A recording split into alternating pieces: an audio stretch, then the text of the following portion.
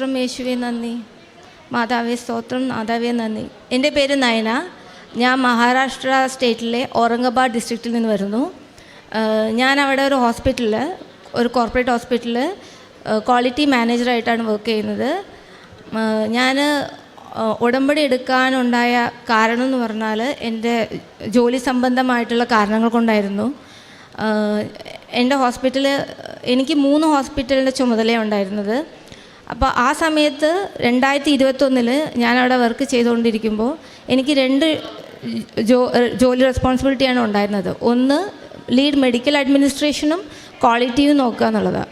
അപ്പോൾ medical administration എന്ന് പറയുമ്പോൾ അവിടെയുള്ള എത്ര ഡോക്ടേഴ്സ് ഉണ്ട്, ഒരു 100-ൽ കൂടുതൽ ഡോക്ടേഴ്സ് ഉണ്ടാവും. അവരുടെ എല്ലാവരുടെയും ഡ്യൂട്ടി, അത് മോർണിംഗ്, ആഫ്റ്റർനൂൺ, നൈറ്റ് എല്ലാ ഡ്യൂട്ടിയും ഞാനായിട്ട് മാനേജ് ചെയ്യുന്നത്. അപ്പോൾ രാത്രി 12 മണി വരെ ഞാൻ ചിലപ്പോൾ ഫോണിലായിരിക്കും, എല്ലാവരും എത്തിയോ, ICUയിൽ എല്ലാവരും ഉണ്ടോ, അതെല്ലാം തിട്ടപ്പെടുത്തി ഉറപ്പ് വരുത്തിയിട്ടേ ഞാൻ ഉറങ്ങാൻ പോവുള്ളൂ. ഈ ഒരു കാരണം കൊണ്ട് തന്നെ എനിക്കൊരു മോനുണ്ട്, ഇപ്പോൾ 7 വയസ്സായ പ്രായം. അവനായിട്ടുള്ള എൻ്റെ ബന്ധം ഒരുപാട് മുറിഞ്ഞു പോയി. കാരണം ഞാൻ കൂടുതലും ഫോക്കസ് ചെയ്തിരുന്ന എൻ്റെ ജോലിയായിരുന്നു. അപ്പോൾ അത്രയും ഞാൻ സ്നേഹിച്ചിരുന്ന എൻ്റെ ജോലി. കാരണം ഞാൻ ബേസിക്കലി ഞാൻ BSc നഴ്സിംഗ് കഴിഞ്ഞിട്ടാണ് ഈ ഒരു ഫീൽഡിലോട്ട് എത്തിയത്, കുറച്ച് ഹയർ സ്റ്റഡീസ് എല്ലാം ചെയ്തിട്ട്. അപ്പോൾ ഞാൻ സേവനം എന്നും ഇഷ്ടപ്പെട്ടിരുന്ന ആളായിരുന്നു. അപ്പോൾ അതിന് കോംപ്രമൈസ് ചെയ്യാൻ ഞാൻ തയ്യാറല്ലായിരുന്നു. പക്ഷേ ആ കാരണം കൊണ്ട് തന്നെ എൻ്റെ ഫാമിലി, എൻ്റെ കുഞ്ഞിനെ അത് ബാധിക്കാൻ തുടങ്ങി. എന്നിരുന്നാലും ഞാൻ ഹാർഡ് വർക്ക് ചെയ്തു. എൻ്റെ ഹോസ്പിറ്റലിൽ NABHൻ്റെ ഓഡിറ്റ് ഉണ്ടാവും. നിങ്ങൾക്ക് ചിലപ്പോൾ അറിയാമായിരിക്കും NABH എന്താണെന്ന്. അപ്പോൾ അതിന് ഒരുപാട് ഹാർഡ് വർക്ക് ചെയ്യേണ്ടി വരും. ഇപ്പം ഞാൻ 2 റെസ്പോൺസിബിലിറ്റി നോക്കുമ്പോൾ ഒരു ഹോസ്പിറ്റലിന് NABH കരസ്ഥമാക്കാൻ സജ്ജാക്കുക എന്ന് പറഞ്ഞാൽ അതൊരു ടഫ് ടാസ്ക്കാണ്. മാത്രമല്ല ഞാൻ ഒറ്റയ്ക്കാണ് അത് മാനേജ് ചെയ്തിരുന്നത്. എങ്കിൽ പോലും രാത്രി 10 മണി വരെ ഹോസ്പിറ്റലിൽ ഇരുന്ന് വർക്ക് ചെയ്ത് ഞാൻ സക്സസ്ഫുള്ളി NABH കരസ്ഥാക്കി കൊടുത്തു, സർട്ടിഫൈ ചെയ്ത് കൊടുത്തു. പക്ഷെ അന്ന് റിയലൈസ് ചെയ്തു എൻ്റെ കുറേ ഇൻറ്റേർണൽ പൊളിറ്റിക്സ്, അത് ഞാൻ വർക്ക് ചെയ്ത ക്രെഡിറ്റൊക്കെ വേറെ ആൾ അവിടെ എടുക്കുന്നുണ്ടായിരുന്നു. ഞാൻ പിന്നെയും മനസ്സിലാക്കിയത് അതൊന്നും മനസ്സിലാക്കാനുള്ള കഴിവ് ഞാൻ ഭയങ്കര സ്ട്രെയിറ്റ് ഫോർവേഡായിരുന്നു. അപ്പോൾ അത് മനസ്സിലാക്കി അവരടുത്ത് ഫൈറ്റ് ചെയ്യാനൊന്നും ഞാൻ നിന്നില്ല. ഞാനൊരു ഡിസിഷൻ എടുത്തു, ഞാൻ റിസൈൻ ചെയ്യാം. അപ്പോൾ ഇത്രയൊക്കെ വർക്ക് ചെയ്തിട്ടും നമുക്ക് അപ്രിസിയേഷൻ ഇല്ല, അത് കുഴപ്പമില്ല. പക്ഷെ മറ്റാളാ ചെയ്തതെന്ന് പറഞ്ഞാൽ അപ്രിസിയേഷൻ നേടുമ്പോൾ ഒരു ചെറിയ വേദന ഉണ്ടായി. അങ്ങനെ ഞാൻ റിസൈൻ ചെയ്ത എൻ്റെ ജോബ് റിസൈൻ ചെയ്ത് 3 മാസം ഞാൻ വീട്ടിലിരുന്നു. ആ വീട്ടിലിരുന്ന സമയത്താണ് ഞാൻ മനസ്സിലാക്കി എൻ്റെ മോനെ എന്നെ എത്ര മിസ് ചെയ്തു എന്ന്. അവന് എത്രത്തോളം ബിഹേവിയറൽ പ്രോബ്ലം ഉണ്ടായിരുന്നെന്ന് ഞാൻ അപ്പോഴാണ് മനസ്സിലാക്കിയത്. അപ്പോൾ അതും എനിക്ക് മനസ്സിലാക്കാനും എന്നെ തന്നെ ഒരു തിട്ടപ്പെടുത്താനും ഉള്ളൊരു സമയമായിരുന്നു. അങ്ങനെ ഇരിക്കുന്ന അവസരത്തിലാണ് ഞാൻ IELTS പഠിക്കാൻ പോയാലാണ് തീരുമാനിച്ചത്. IELTS പഠിക്കാൻ കോച്ചിങ്ങിന് പോയി, ഒരാഴ്ചയെ പോയിട്ടുള്ളൂ. അതും എനിക്ക് മര്യാദയ്ക്ക് കൊണ്ടുപോകാൻ പറ്റിയില്ല. ആ സമയം കൊണ്ട് തന്നെ എൻ്റെ ഹോസ്പിറ്റലിൻ്റെ ഓണർ അവർ അമേരിക്കയിലായിരുന്നു. ആ മാം തിരിച്ചു വന്നപ്പോഴാണ് അറിഞ്ഞത് ഞാൻ റിസൈൻ ചെയ്തെന്നുള്ള കാര്യം. അപ്പോൾ ആ മാഡം ആ സമയത്ത് എനിക്കൊരു ജോലിയും വേണം, എനിക്ക് ഫാമിലി മുമ്പോട്ട് കൊണ്ടുപോകണം. കാരണം ഇത്രയും വർക്ക് ചെയ്ത ആൾക്ക് വീട്ടിൽ അടങ്ങിയിരിക്കാൻ പറ്റില്ല. അപ്പോൾ അതെന്നെ ഭയങ്കരമായിട്ട് ഞാൻ സ്ട്രഗിൾ ചെയ്തു മെൻ്റലി. ആ സമയത്താണ് എൻ്റെ ഫ്രണ്ട് കൃപാസനത്തിനെ കുറിച്ച് എനിക്ക് മെസ്സേജ് ചെയ്തത്. അങ്ങനെ അത് കണ്ടപ്പോൾ എനിക്ക് ഭയങ്കര ആശ്വാസമായി.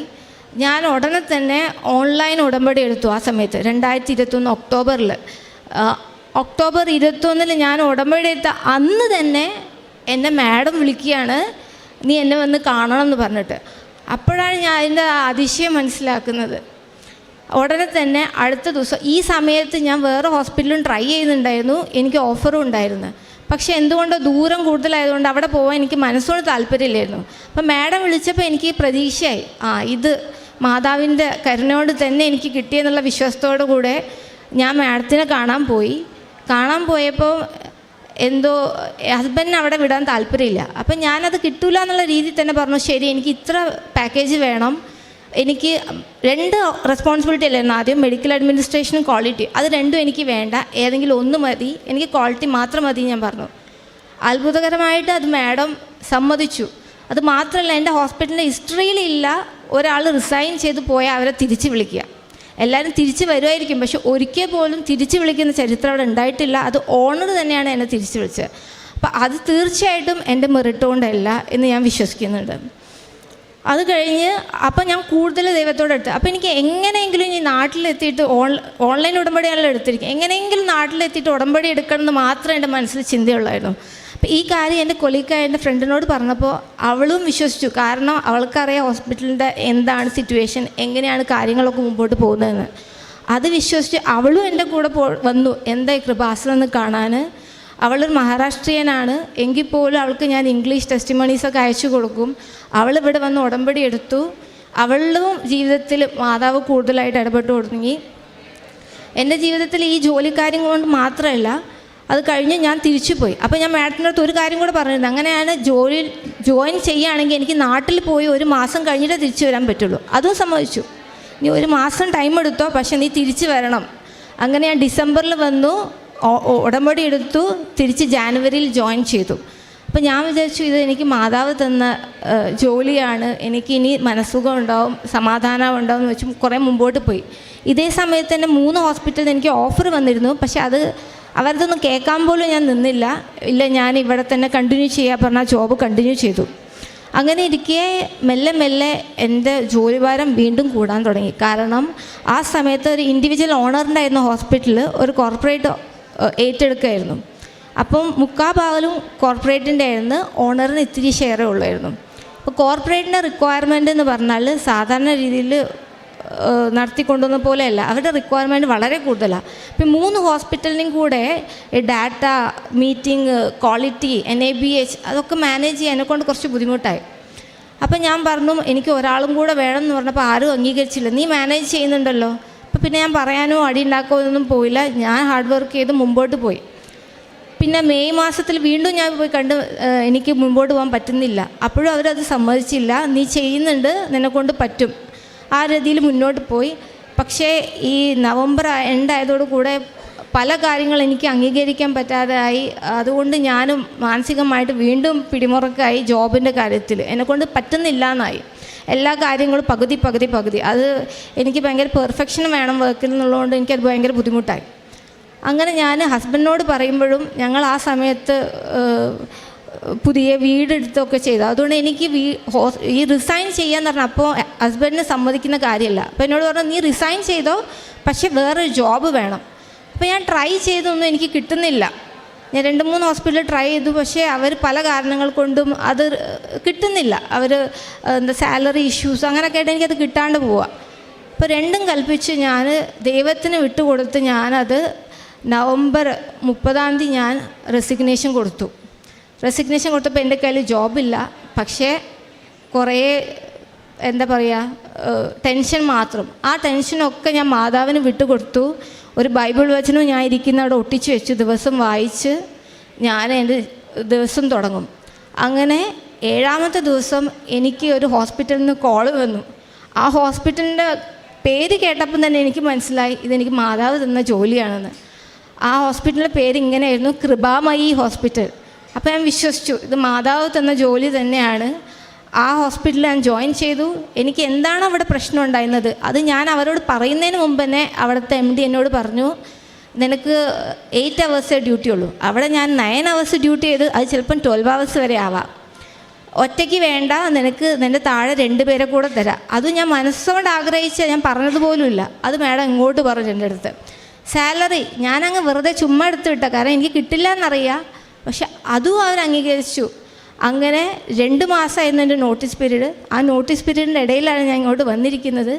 ഇനി പോകുന്നത് ഞാൻ ആ ജോലി ജോയിൻ ചെയ്യാനായിട്ടാണ് ഫെബ്രുവരി 4.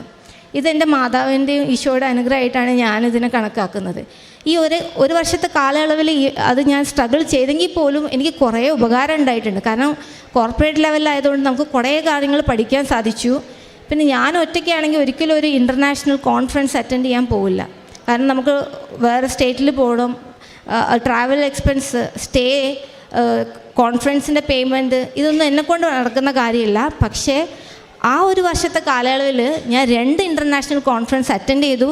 എനിക്ക് പോസ്റ്റർ പ്രസൻറ്റേഷൻ ചെയ്യാനുള്ള അവസരം ദൈവം തന്നു. അത് മാത്രമല്ല, എനിക്ക് ഇവിടെ സത്യം പറഞ്ഞാൽ കയറി ഇന്ന് പ്രസംഗിക്കാൻ പേടിയായിരുന്നു. എനിക്ക് ഭയങ്കര പ്രശ്നമാണ് ഇങ്ങനെ നേരിട്ട് കണ്ട് സംസാരിക്കുക എന്നുള്ളത്, സ്റ്റേജ് ഫിയർ ഉള്ളതുകൊണ്ട്. എന്നെ അവരെന്ത് കണ്ടിട്ടാ എന്നറിയില്ല, അവരെന്നെ വിളിച്ചിട്ട് പറഞ്ഞു നീ വേണം ആങ്കറിങ് ചെയ്യാൻ. ഒരിക്കൽ പോലും ആങ്കറിങ് ചെയ്യാത്ത ഞാൻ ആദ്യമായിട്ട് ഒരു ഇൻ്റർനാഷണൽ കോൺഫറൻസിന് ഡയറക്റ്റ് ആങ്കറിങ് ചെയ്യാൻ പോയത്. അതൊന്നും എൻ്റെ മെറിറ്റല്ല 100 തവണ പറയാൻ എനിക്ക് ഒരു മടിയില്ല. പിന്നെ ദൈവം ഇടപെട്ട രീതി എന്ന് പറഞ്ഞാൽ IELTS കോച്ചിങ്ങിൻ്റെ കാര്യം ഞാൻ ഇടയ്ക്ക് പറഞ്ഞല്ലോ. IELTS കോച്ചിങ്ങിന് ഞാൻ ഒരാഴ്ചയാണ് പോയത്. അപ്പോഴേക്ക് ഞാൻ വീണ്ടും ജോയിൻ ചെയ്തു. പിന്നെ കോച്ചിങ്ങൊക്കെ നിന്നു. എനിക്ക് വിശ്വാസമില്ലായിരുന്നു ഇത് കിട്ടും എന്നുള്ള. കാരണം ഞാൻ കേട്ടിട്ടുണ്ട് നന്നായിട്ട് നമുക്ക് പ്രാക്ടീസ് ചെയ്ത് നന്നായിട്ട് കോച്ചിങ്ങൊക്കെ ഉണ്ടെങ്കിൽ IELTS ക്ലിയർ ചെയ്യാൻ പറ്റുള്ളൂ. അങ്ങനെ ആ വിശ്വാസമില്ലാതെ ഞാൻ പോയി എക്സാം എഴുതി. എനിക്ക് സ്കോർ ഉണ്ടായിരുന്നു, പക്ഷേ എൻ്റെ ജോബിന് പോകാനുള്ള ആ സ്കോർ മീറ്റ് ചെയ്തില്ല. അങ്ങനെ വീണ്ടും ഞാൻ ഈ ലാസ്റ്റ് നവംബറിലാണ് അടുത്ത സെക്കൻഡ് അറ്റംപ്റ്റ് നടത്തിയത്. ആ സെക്കൻഡ് അറ്റംപ്റ്റ് നടത്താൻ എനിക്ക് ലീവ് കിട്ടാറില്ല. ഒരു ദിവസം ഞാൻ ലീവ് എടുത്തു, സുഖമില്ല പറഞ്ഞ്. ആ ഒരു ദിവസം അതിന് മുമ്പ് ഞാൻ ഇവിടെ വന്നിരുന്നു, ഫാദറിനെ കണ്ടിരുന്നു, എൻ്റെ മോനെയും ബ്ലെസ് ചെയ്തു, എൻ്റെ IELTSൻ്റെ ഹാൾ ടിക്കറ്റും ബ്ലെസ് ചെയ്ത് ഫാദർ തന്നു. ആ വിശ്വാസത്തിൽ ഞാൻ അതിന് കുരിശുരൂപം വെച്ച് പ്രാർത്ഥിച്ചു.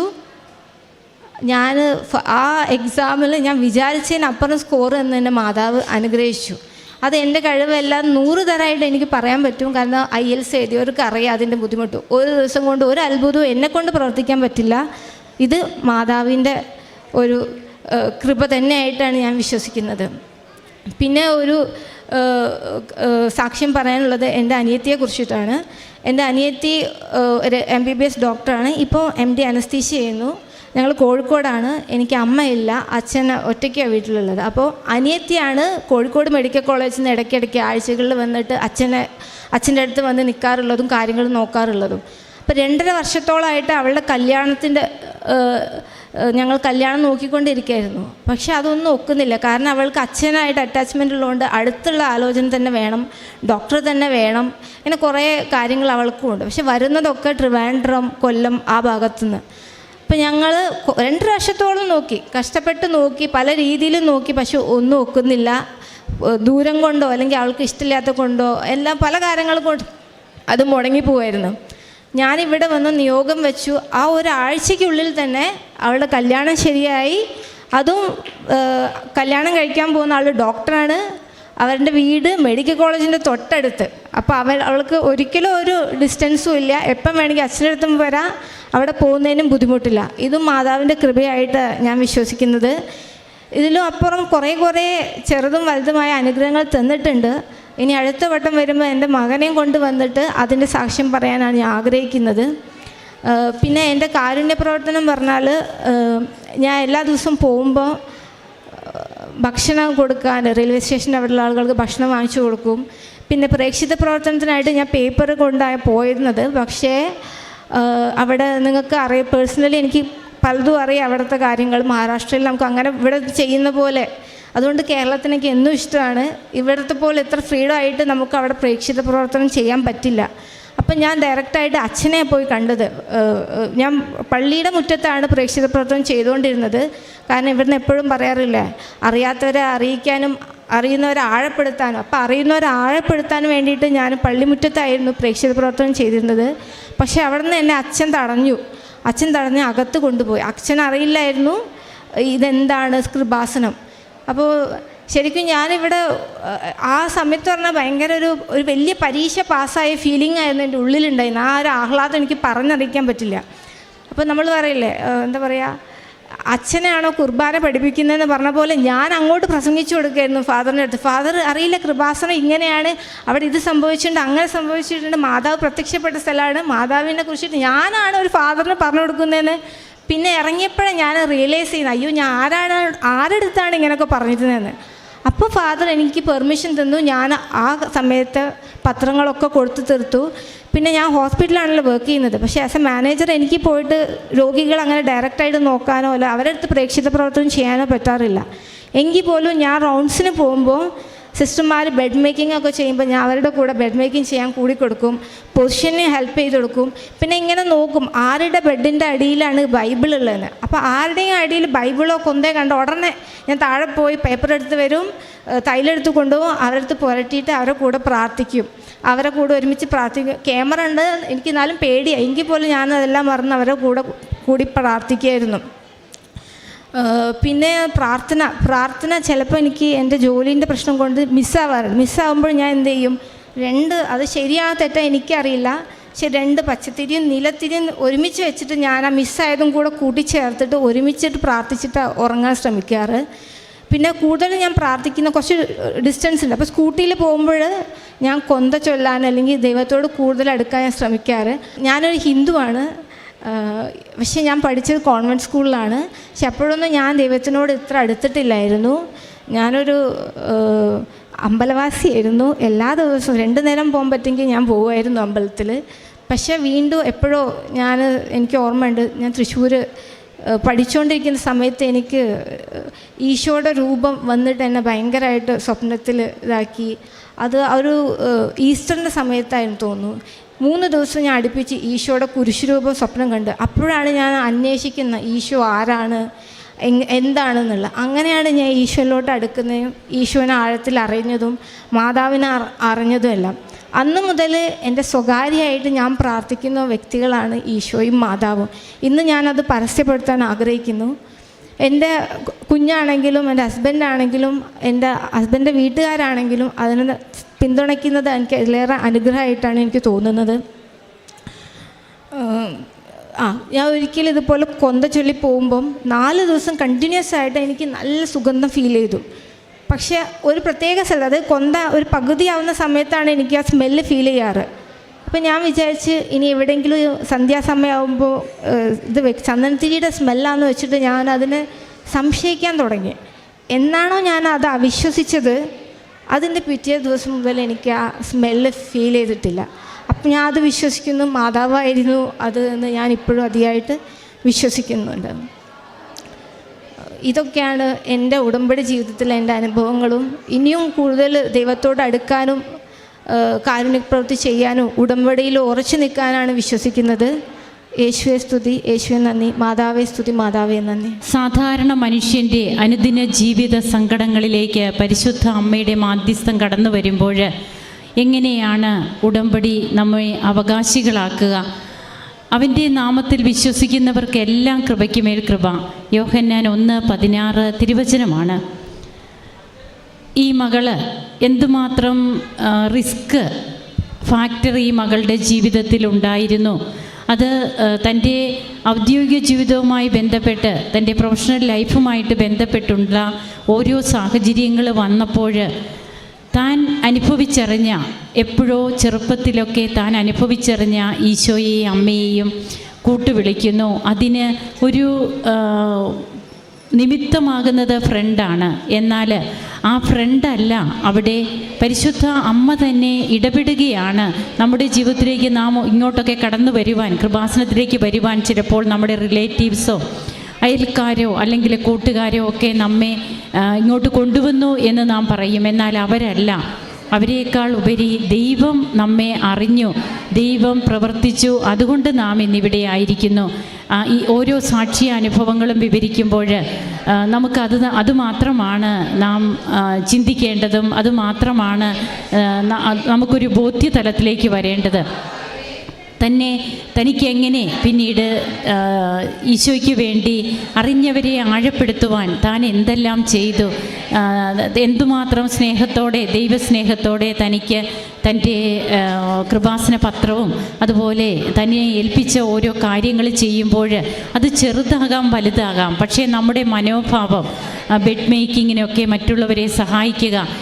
ഈ മകള് ഒരു സൂപ്പർവൈസ് ചെയ്ത് അവിടെ ഇരുന്നാൽ മതി. എന്നാൽ അതല്ല, അതിനേക്കാൾ ഉപരിയായിട്ട് തനിക്ക് ദൈവസ്നേഹം കൊണ്ട് നിറയുമ്പോൾ എന്ത് ജോലിയും ചെയ്യുവാനായിട്ട് എവിടെയാണ് തനിക്ക് മറ്റുള്ളവരെ സഹായിക്കുവാൻ കഴിയുക, ആ ഒരു ചിന്തയൊക്കെ നമ്മുടെ ബോധമണ്ഡലത്തിലേക്കൊക്കെ വരാനുള്ള സാഹചര്യങ്ങൾ തീർച്ചയായും അത് ദൈവിക ഇടപെടലുകൾ തന്നെയാണ്. ജീവിതത്തിൽ നഷ്ടപ്പെട്ട ജോലി അതൊക്കെ വീണ്ടും എങ്ങനെയാണ് ലഭിക്കുന്നത്? അതും താൻ പറഞ്ഞ സാലറിയിൽ തന്നെ തനിക്ക് ജോലി ലഭിക്കുന്നു. തൻ്റെ ജോലി നഷ്ടപ്പെട്ടത് ഒരു നഷ്ടമായിട്ടല്ല ഈ മകൾ കണക്കാക്കിയത്. മകനോടൊപ്പം ജീവിക്കുവാനും മകന് വേണ്ടി സമയമെടുക്കുവാനുമുള്ള ഒരു സാധ്യതയായിട്ടൊക്കെ അതിനെ എല്ലാറ്റിലും പോസിറ്റിവിറ്റി കാണുവാനായിട്ട് ഉടമ്പടി എങ്ങനെയാണ് നമ്മെ തയ്യാറാക്കുന്നത് എന്നുള്ളതൊക്കെ നാം പ്രത്യേകം ചിന്തിക്കേണ്ട കാര്യങ്ങളാണ്. ഈശോ ജപമാല പഠിക്കുന്നു, പ്രാർത്ഥിക്കുന്നു, അമ്മയുടെ സുഗന്ധം അനുഭവപ്പെടുന്നു. അങ്ങനെ തന്നെ സംരക്ഷിച്ചുകൊണ്ടുള്ള അമ്മയുടെ സംരക്ഷണ വലയത്തിൽ ഈ കുടുംബമാകുമ്പോൾ തൻ്റെ അനുജത്തിയുടെ വിവാഹ കാര്യത്തിൻ്റെ തടസ്സമൊക്കെ എങ്ങനെയാണ് നീങ്ങുന്നത്, ഏറ്റവും നല്ല രീതിയിലുള്ള ഒരു വിവാഹം പിന്നീട് എങ്ങനെ നടക്കുന്നു എന്നുള്ളതൊക്കെയാണ് നമുക്ക് കേൾക്കുവാൻ കഴിഞ്ഞത്.